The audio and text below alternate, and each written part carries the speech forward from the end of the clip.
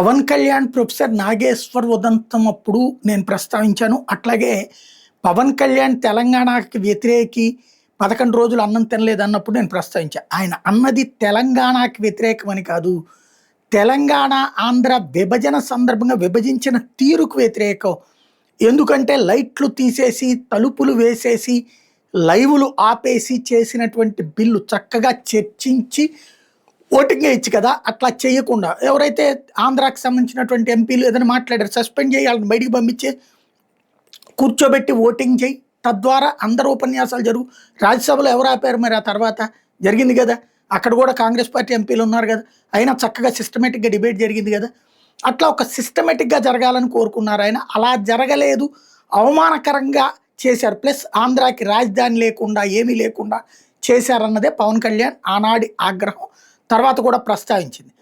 రాష్ట్రంలో ఉన్నటువంటి అటు వైఎస్ఆర్ కాంగ్రెస్ పార్టీ సమైక్యాంధ్ర స్టాండ్ తీసుకుంది, కానీ పోరాడలేదు. తెలుగుదేశం పార్టీ 2 కళ్ళ సిద్ధాంతంతో ఏమీ చేయలేదు. ఆ టైంలో పవన్ కళ్యాణ్ ఒక్కడే సమైక్యాంధ్రతో పాటుగా ఆరాటం, పోరాటం, సినిమాల ద్వారా విధానం అంతా చెప్పుకొచ్చి విభజించే తీరును తప్పుపడుతూ వచ్చారు. ప్రజల్ని విభజించడం కరెక్ట్ కాదు, పాలనాపరమైనటువంటి విభజన మాత్రం కావాలన్నారు.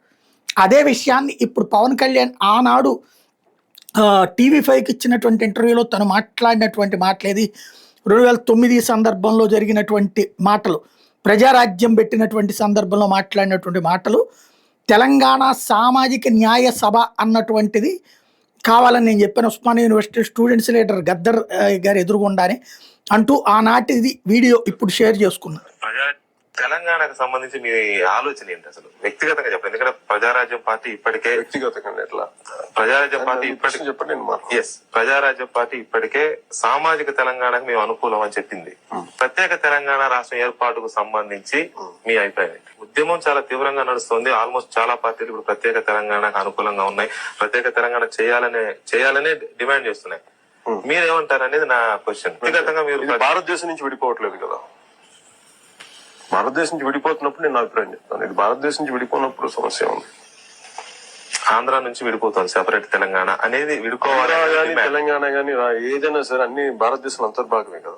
నేను చాలా స్పష్టంగా చెప్పాను, భారతీయుడిగా నాకు ఏ సమస్య లేదు, నాకు ఇష్టం. నా హీరోల ఇది రాష్ట్ర విభజన అన్నటువంటిది నాకే అభ్యంతరం లేదని 2009లోనే చెప్పాను నేను. సామాజిక తెలంగాణ అన్నటువంటి నినాదం ఏదైతే ఆనాడు ప్రజారాజ్యం పెట్టిందో దాన్ని సమర్థించాం. మేము మాట్లాడింది కూడా భారతదేశంలో నుంచి ఏమి విడిపోవట్లేదు కదా, తెలంగాణ ఏమి, ఆంధ్ర నుంచి తెలంగాణ విడిపోతే నష్టం ఏంటి అన్నది ఆనాడే ప్రస్తావించాను అన్నది ఇప్పుడు పవన్ కళ్యాణ్ ప్రధానంగా ఎక్స్ప్లెయిన్ చేసుకొచ్చారు.